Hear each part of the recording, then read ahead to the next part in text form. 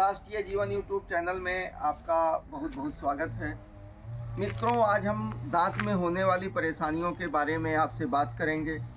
मित्रों, आज की लाइफ स्टाइल के कारण दांतों में तमाम समस्याएं आती हैं, जैसे पानी लगना, मसूड़ों का कमज़ोर हो जाना, दांतों का हिलना, दांतों का गिर जाना, दबाव ना बर्दाश्त कर पाना, इस तरह की तमाम समस्याएं, उसमें कैविटी हो जाना। तो इस तरह की तमाम समस्याएं दांतों में आती रहती हैं। और सबसे बड़ी समस्या तो तब ये हो जाती है कि जब आप दंत चिकित्सक के पास जाते हैं तो इस समय रूट कैनाल ट्रीटमेंट एक सामान्य चीज़ हो गई है और इसमें 2-3 बार आपको पीड़ादायक स्थितियों से गुजरना पड़ता है। और जिसने भी इस पीड़ा को महसूस किया होगा कि जिस दांतों में पानी लगने से जो पीड़ा होती है, जो दर्द होता है, कि आदमी की हिम्मत ये नहीं होती कि वो पानी पी ले, ठंडा गर्म लगना।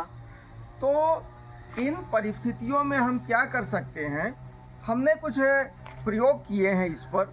तो उस प्रयोग से एक तो हमको खुद लाभ हुआ है और आशातीत सफलता हमको मिली है।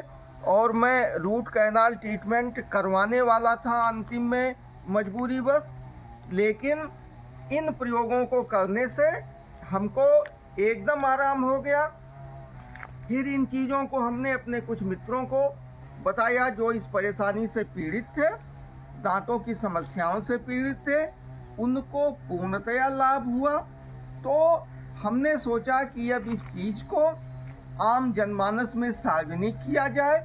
तमाम लोग व्यक्तिगत तौर पर भी इसका प्रयोग करते हैं, लेकिन एक हमने सीक्वेंस बना दिया है कि उस सीक्वेंस के हिसाब से सिस्टमेटिक ढंग से अगर आप इसको करते हैं तो आपको पूर्ण लाभ मिलेगा। और रूट कैनाल ट्रीटमेंट जैसी पीड़ादायक समस्याओं से और पैसे के खर्च से और समय के खर्च से आप बच सकते हैं। इसमें हम 4-5 तरह की चीज़ों का प्रयोग सिस्टमेटिक ढंग से करने के लिए सलाह देते हैं, जो कि हमने खुद किया और हमारे कुछ मित्रों ने किया। इसमें 2 पौधों का प्रयोग है, उसके बाद घरेलू औषधि है जो आपके किचन में मिल जाएगी, जो आपके घर पर सर्वसुलभ है, और उसके बाद फिर फिटकरी का प्रयोग। तो आइए मित्रों, जो वनस्पतीय चीज़ें हैं उसके बारे में हम आपको परिचय करवाते हैं कि कैसे क्या करना है। सर्वप्रथम हमको अपामार्ग, चिड़चिड़ा, लटजीरा, जिसके कई नामों से जाना जाता है।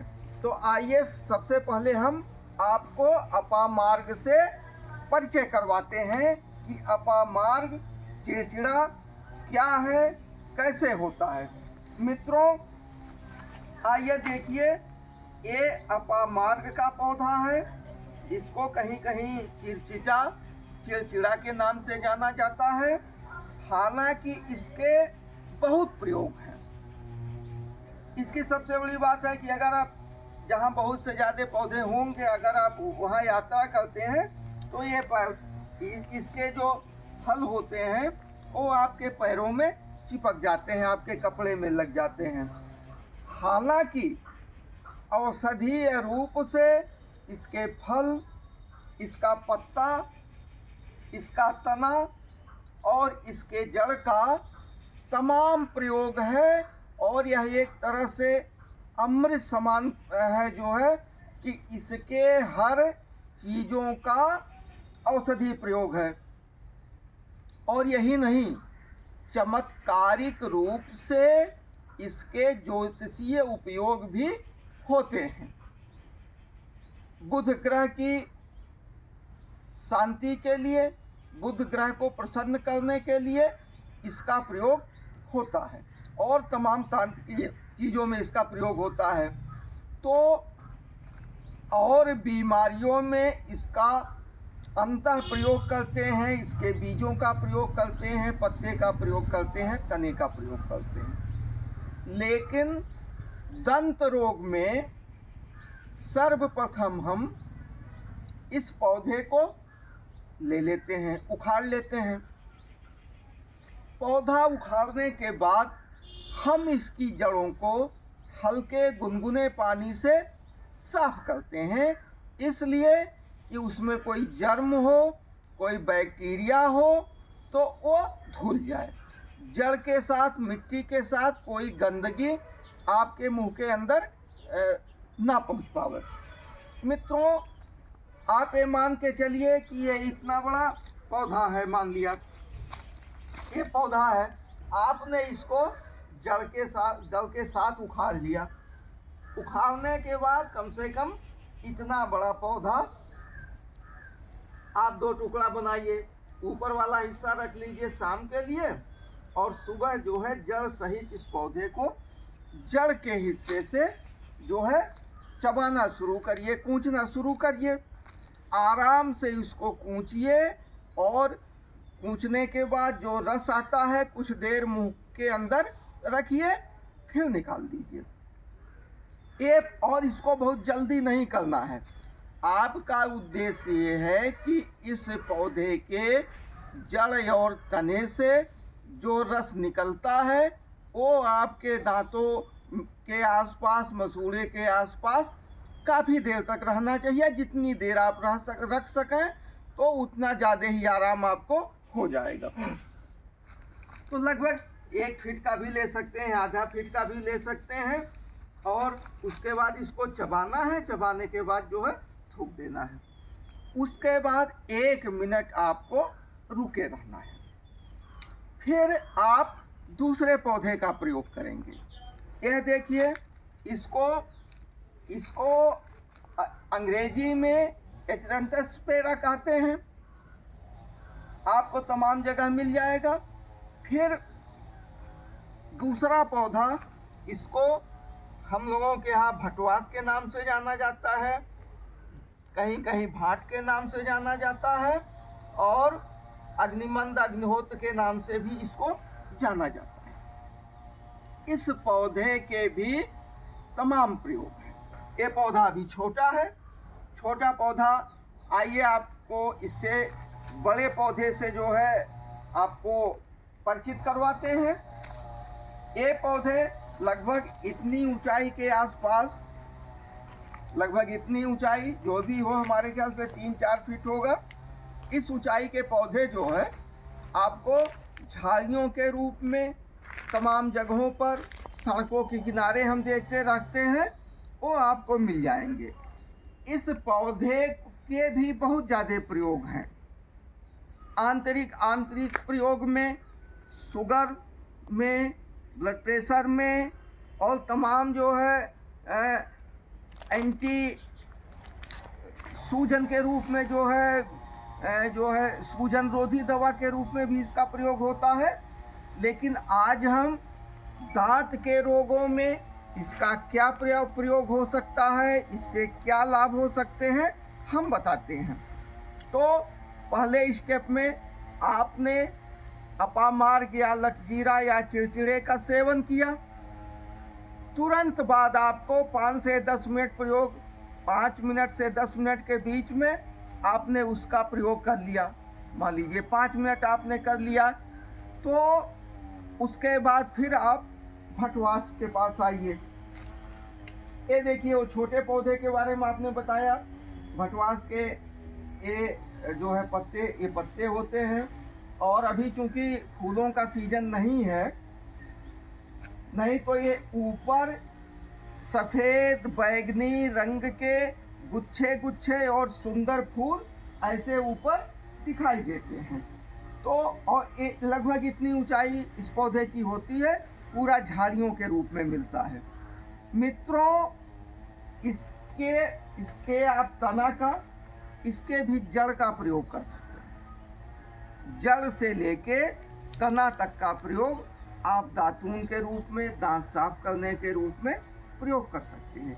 तो मित्रों, जो प्रक्रिया आपने अपामार्ग में अपनाया, वही प्रक्रिया इसमें अपनाइए। आप इस पौधे का जड़ से उखाड़ लीजिए, गुनगुने पानी से आप जड़ को साफ करिए। साफ करने के बाद लगभग 1 फीट मान लीजिए, 1 फीट का जो है ये पौधा आपका है, आप इसको जड़ से उखाड़ लेंगे। और लगभग आधे फीट 12 इंची का एक बना के आप जड़ के साथ जड़ की तरफ से शुरू करेंगे और जो है इसको धीरे धीरे आप चबाएंगे, इसको आप पूंछेंगे तो इससे निकलने वाला रस आपके दांतों में, आपके मसूड़ों में पहुंचेगा। इसको भी आप 5 से 10 मिनट समय दीजिए। आपने 5 से 10 मिनट समय अपामार्ग के लिए दिया, आप फिर 5 से 10 मिनट का समय भटवास के लिए दीजिए। अब इसके बाद आपका कुल लगा समय अभी 10 से 20 मिनट। इसके बाद आपके घर के अंदर नमक मौजूद है, सफ़ेद नमक, सामुद्रिक नमक जिसको कहते हैं, व्हाइट साल्ट और हल्दी। हल्दी घर की पिसी हुई होनी चाहिए। आप बाजार की हल्दी पर भरोसा ना करें, उसकी वास्तविकता संदिग्ध है और उसकी असलियत संदिग्धता के घेरे में है। तो आप सामुद्रिक नमक, व्हाइट साल्ट, उसके बाद आप घर की पिसी हुई हल्दी, सूखा, आप उसका तरीका है आप बाजार से हल्दी खरीद लीजिए, अच्छी और सॉफ्ट गांठें हों, उनको धुल लीजिए, उनको जो है छाया में सुखा लीजिए या कम धूप में सुखा लीजिए। सुखाने के बाद चाहे आप किसी भी तरीके से, चाहे आप मिक्सर में अगर हो पाता है या जो है उसको खूननी में खून के उसका पाउडर बना लें। उसके बाद फिर सरसों का तेल। यहाँ भी हम वही कहेंगे कि आप बाजार के तेल के भरोसे ना रहें, आप सरसों खरीदिए और सरसों की पेराई करवा के उस तेल का प्रयोग करिए। तो नमक, हल्दी और तेल, पहले आपने अपामार का प्रयोग किया, फिर आपने भटवास का प्रयोग किया, उसके बाद आप 5 मिनट तक इसी पाउडर को, हल्दी, नमक और तेल वाले पाउडर को आप हल्के हल्के हाथों से, बहुत नहीं रगड़ना है, हल्के हल्के हाथों को आप बैठ जाइए। बैठने के बाद आप मुंह खोल लीजिए, हल्के हल्के हाथों से मसाज करिए और उस समय जो है लार को गिरने दीजिए। जो भी चीज़ आपके मुंह में प्रोड्यूस होती है, लार जो प्रोड्यूस होता है, आप ऐसे ऐसे करके उसको गिराते रहिए। यहाँ आप समय दीजिए 5 मिनट। उसके बाद आपको क्या करना है, आप 1 से 2 मिनट तक उसी अवस्था में रहिए। उसके बाद जरूरत भर का वो आपके मसूड़े, आपका दांत जरूरत भर का एब्जॉर्ब कर लेंगे। उसके बाद आपको 1 गिलास लगभग 100 से 150 ml हल्का गुनगुना पानी लेना है और उसमें इतना बड़ा टुकड़ा, आप ध्यान से देखिए, इतना बड़ा चौकोर वर्गाकार या लगभग यही साइज, कम अधिक से कोई नुकसान नहीं होगा। आपको इतना बड़ा फिटकरी का टुकड़ा लेना है। अब आप उसको गिलास में हिला दीजिए। हमको लगता है कि 30 सेकंड से 1 मिनट के बीच में वो फिटकरी उसी पानी में घुल जाएगा। उस पानी को आपको मुंह में लेना है 30 सेकंड से लेके 1 मिनट तक। उसके बाद आप ऐसे करिए, पानी को चारों तरफ मुंह में हिलाइए, फिर पानी थूक दीजिए। हमको लगता है कि वो 100 से 150 ml पानी आप 4 से 5 बार में प्रयोग करेंगे। आप मुंह में लीजिए, कुछ देर रखिए, हिलाइए डुलाइए, थूक दीजिए। उस पानी के थूकने के बाद 10 मिनट आपको शांत बैठना है। मतलब फिटकरी से कुल्ला करने के बाद आपको तुरंत नहीं जो है आपको तुरंत नहीं सामान्य पानी से धुलना है, आपको तुरंत ही जो है खाना पीना भी नहीं है। आप 5 से 10 मिनट तक रुक जाइए, उसके बाद फिर आप स्वतंत्र हैं। आपका 10 से 20 मिनट उधर और अधिक से अधिक 25 से 30 मिनट का प्रोसेस आपको सुबह शाम करना है। मतलब कि आप अपने बीमार दांतों को ठीक करने के लिए 1 घंटा टाइम आपको देना है, केवल 3 से 5 दिन। आपका केवल 1 घंटा टाइम आपका लगना है। ये इससे ज़्यादा समय आप किसी चिकित्सालय के वेटिंग रूम में गुजार देंगे। और मित्रों, ये आपको केवल 3 से 5 दिन करना है। ये दांत के बीमार व्यक्तियों के लिए है जिनके दांत में कीड़ा लगा हुआ हो, जिनके मसूड़ों में सूजन हो गया हो, जिनके दांतों में पानी लग रहा हो, ठंडा गर्म का जो है दर्द महसूस हो रहा हो, और कैविटी हो गई हो, दांत खोड़े हो गए हों, और तरह तरह की बीमारियां, उनको दांत से संबंधित मसूड़ों से खून आता हो, तो आप जो है, और सूजन हो गया हो, मतलब जितनी भी दांत से संबंधित समस्याएं हैं, हर तरह के बीमार रोगियों के लिए ये समय आपको देना है केवल 3 से 5 दिन। और भाई साहब, मैं आपको दावे के साथ कह रहा हूँ कि जितनी परेशानी आपको है, और वो परेशानी निश्चित रूप से कम हो जाएगी। और दांत उखाड़ने की प्रक्रिया या रूट कैनाल ट्रीटमेंट की प्रक्रिया, इन परेशानी वाली प्रक्रियाओं से आप बच सकते हैं। और आपको क्या करना है, फिर मैं एक बार स्टेप बता दे रहा हूँ। पहले स्टेप में आपको अपामार्क का प्रयोग करना है 5 से 10 मिनट। दूसरे स्टेप में आपको भटवास का प्रयोग करना है 5 से 10 मिनट। और उसके बाद फिर जो है तीसरे स्टेप में आपको नमक, हल्दी, तेल का प्रयोग करना है 5 मिनट। तो 10 मैक्सिमम 10-20 मिनट, 5-25 मिनट और 5 मिनट आपको फिटकरी के साथ प्रयोग करना है। तो ये लगभग आधे घंटा का शेड्यूल है। सुबह शाम करेंगे, आपका लगेगा 1 घंटा। और इसमें लगने वाला खर्च न्यूनतम है, बस थोड़ा सा समय लग सकता है। मान लिया आप कस्बे में रहते हो, शहर में रहते हो, थोड़ा सा निकलिए बाहर। तमाम जो है गांव गिराव में जो है खेतों में, खलिहानों में ये अपने आप उगे रहते हैं। आप जगह देख लीजिए, वहां से अपना इनका प्रयोग करिए। हाँ, दांत के रोगों में, मसूड़ों के रोगों में आप बेहतर परिणाम पाने के लिए खट्टे फलों का सेवन करिए, जिसमें आपको विटामिन सी मिल जाए, एस्कॉर्बिक एसिड का मिल जाए। तो इसके लिए हम सबसे ज़्यादा आंवला का सलाह देते हैं कि अगर आप 1 आंवला का सेवन करते हैं दिन भर में, तो ये मान के चलिए कि दांत की तमाम समस्याओं से जो है आपको निजात मिल जाएगा। और बाकी जो है, आंवले का सीजन जब नहीं है तो आप उसका चूर्ण का प्रयोग कर सकते हैं, कभी नींबू का प्रयोग कर लीजिए, कभी संतरे का प्रयोग कर लीजिए। हमारा उद्देश्य है कि जो है आपके शरीर में विटामिन सी की कमी ना हो। तो ये हो गया बीमार व्यक्तियों के लिए।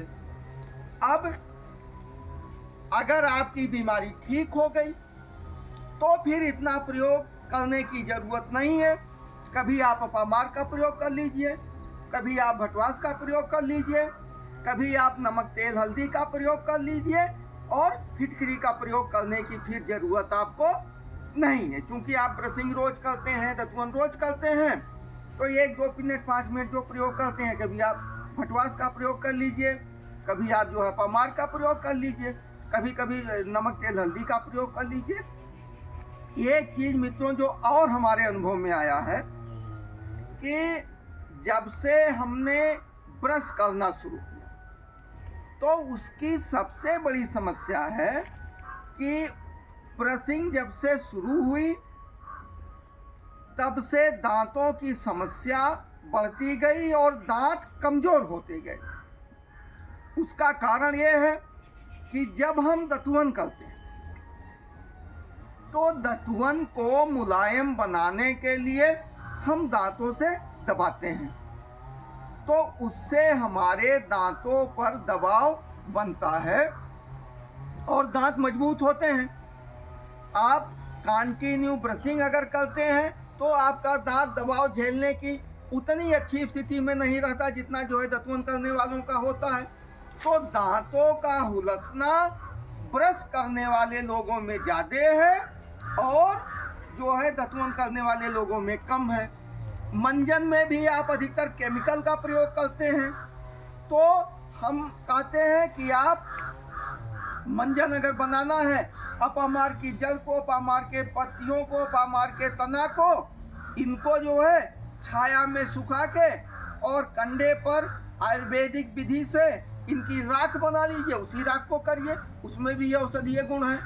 यही आप भटवास के साथ कर सकते हैं। तो मित्रों, अगर ये आप काम करते हैं तो आपके दांतों में समस्याएं बिल्कुल नहीं होंगी। आप जो है पीड़ादायक परिस्थितियों से, जैसे दांत उखाड़ने में, रूट कैनाल ट्रीटमेंट करवाने में और तमाम चीज़ों में जो आपको ठंडा गर्म लगने में जो पीड़ा होती है, उस पीड़ा से आपको मुक्ति मिल जाएगी। आप दतवन करिए, आप इन चीज़ों का प्रयोग करिए तो आप एकदम स्वस्थ रहेंगे और आपको बुढ़ापे तक दांतों की कोई समस्या नहीं होगी। आपकी बीमारी जब खत्म हो गई तब भी आप इसका बराबर प्रयोग करते रहिए। बराबर प्रयोग करेंगे, आपके दांत मजबूत रहेंगे, आप खाने की स्थिति में रहेंगे तो आपका शरीर स्वस्थ रहेगा। और इसी के साथ मैं अपनी बात समाप्त करता हूँ। अगर किसी तरह की कोई समस्या हो, कोई सवाल हो जो है इन विषयों में, तो आप हमारे चैनल पर पूछ सकते हैं। हम कोशिश करेंगे कि आपको बेहतर से बेहतर जवाब और सलाह दिया जाए। आपने इतना समय दिया, अगर आपको हमारा कंटेंट अच्छा लगा हो तो और इस तरह की भविष्य में जानकारियाँ पाने के लिए आप हमारे चैनल को सब्सक्राइब कर सकते हैं। और अगर हमारी बातें आपको, हमारा सलाह अच्छा लगा हो तो आप हमारे वीडियो को लाइक करिए और जो है हमारे हौसला को बढ़ाइए। आपका बहुत बहुत धन्यवाद। जय हिंद।